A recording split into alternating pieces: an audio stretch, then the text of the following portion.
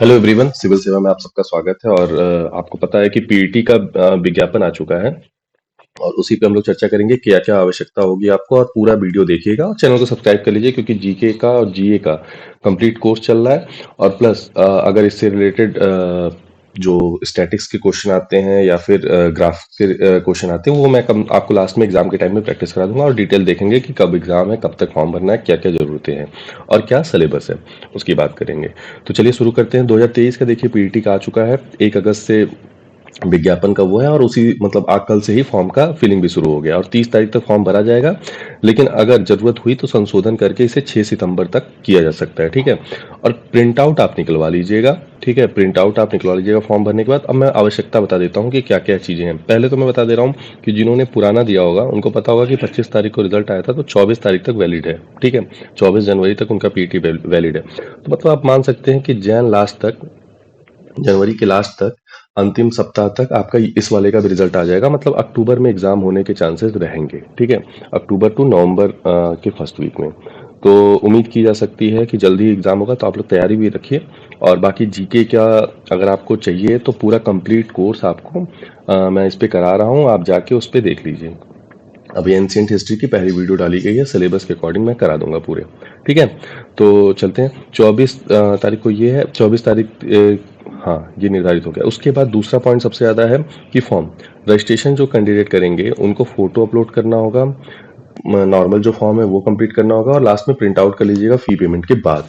अब इसमें ध्यान लीजिए कि फोटो में आपको क्या क्या आवश्यकताएं होंगी वो देख लीजिए कि चेहरा स्पष्ट हो, 6 महीने से पहले की फोटो हो, ठुड्डी से शिखर तक साफ दिखना चाहिए, ठीक है। मतलब चेहरा पूरा आपका कंप्लीट आना चाहिए। और सबसे ज्यादा इंपॉर्टेंट ये ध्यान दीजिएगा, 3.5 सेंटीमीटर से लेकर के 4.5 सेंटीमीटर तक का होना चाहिए और जिसमें लगभग 70% भाग चेहरे का दिखना चाहिए, ठीक है।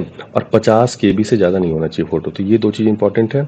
उसके बाद हस्ताक्षर हिंदी या इंग्लिश में होना चाहिए, लेकिन कैपिटल लेटर में मत करिएगा। जैसे अब मान लीजिए आपको लिखना है रवि, तो रवि लिखना है तो आप क्या करते हैं, आपने ऐसे RAVI ऐसे नहीं लिख सकते हैं। रवि आपकी कोई साइन होनी चाहिए स्मॉल लेटर में, जैसे लाइक दिस, ठीक है। तो इस तरह से आपको करना पड़ेगा, तो ये ध्यान दे दीजिए। उसके बाद फिर जो दूसरा इंपॉर्टेंट है कि उसको प्रिंट आउट करके निकाल लीजिएगा। और फॉर्म आप सबने भरा होगा। फीस आपको मैं बता दे रहा हूँ, फीस जो है 185 रुपीज़ है सामान्य के लिए और ओबीसी के लिए, 95 है ST SC के लिए और 25 रुपये है दिव्यांग मतलब जो PW या बाकी कैंडिडेट हैं उनके लिए, ठीक है। 25 रुपये है। तो ये ध्यान दीजिएगा, फीस काफ़ी कमी है। तो फॉर्म तो पिछले साल देखिए, पिछले साल करीब करीब 37 लाख के आसपास, 37 लाख 7 करीब मतलब 38 लाख के आसपास लोगों ने फॉर्म भरा था। तो इस बार उम्मीद की जा सकती है 45+ लाख हो सकता है, ठीक है। तो एग्जाम में फिर से रस रहेगा और जहाँ तक उम्मीद है फिर से 4 शिफ्ट में एग्जाम होगा, ठीक है। 4 शिफ्ट में एग्जाम होगा, तो आप लोग अपनी तैयारी बराबर रखिए क्योंकि बहुत सारी वैकेंसी आने वाले समय में इससे होने के चांसेस हैं। तो अगर आप पीईटी नहीं दिए रहेंगे तो उम्मीद है कि आप नहीं बैठ पाएंगे, इसलिए ज़रूरी है कि आप पीईटी दे के बैठें, ठीक है। पीईटी एग्ज़ाम जरूर दें। उसके बाद चलिए बात कर लेते हैं सिलेबस की।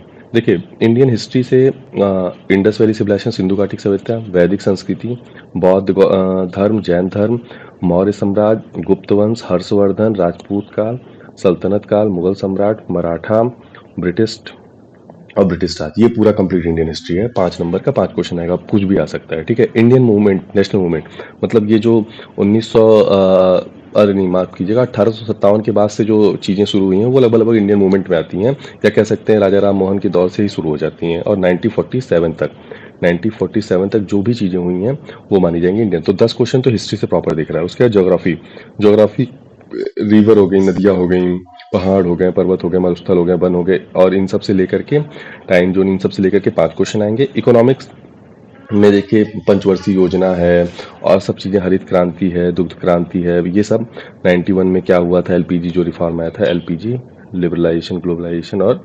प्राइवेटाइजेशन, इन सब से भी 5 क्वेश्चन आने की उम्मीद है। फिर संविधान, इंडियन कॉन्स्टिट्यूशन से आने की 5 क्वेश्चन, तो ये इजी इजी क्वेश्चन आते हैं, डीपीएसपी से, फंडामेंटल राइट से, आर्टिकल से, इन सब से क्वेश्चन आते हैं, ठीक है।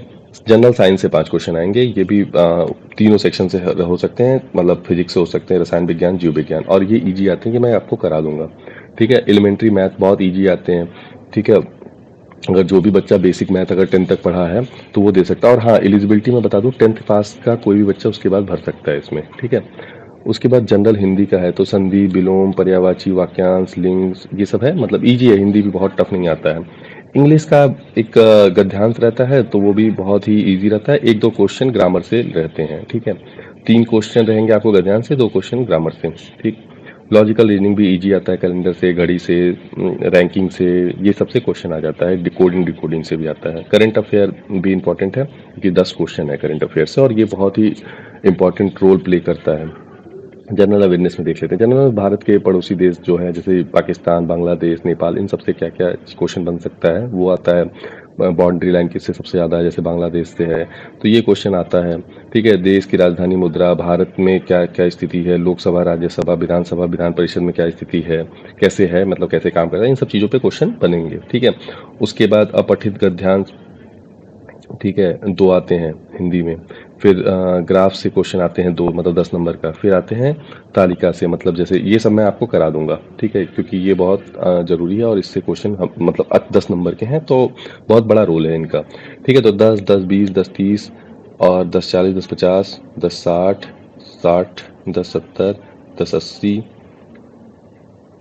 90, 100, ठीक है। टोटल 100 नंबर हो गए पूरे सिलेबस का। और आप देख लीजिए कि वेटेज किसका है, जैसे करंट अफेयर से वेटेज बहुत ज़्यादा बढ़ना शुरू हुआ है, करंट अफेयर का, जनरल अवेयरनेस का, फिर हिंदी के गद्यांश का 10 नंबर का, 10 नंबर का ग्राफ्स का क्वेश्चन, 10 नंबर का सांख्यिकी तालिका का क्वेश्चन, मतलब व्याख्या और इन सब की तालिका, व्याख्यान, विशेषण एवं विशेषण की, ठीक है। 10 क्वेश्चन आएगा, तो ये इतने इंपॉर्टेंट। और ध्यान दीजिएगा कि एनसीईआरटी से मतलब चीज़ें ज़्यादा बेस्ड हैं, तो एनसीईआरटी पे आपको फोकस होना चाहिए। बाकी मिलते हैं नेक्स्ट वीडियो में, और तैयारी के लिए आप चैनल को ज्वाइन कर लीजिए। धन्यवाद।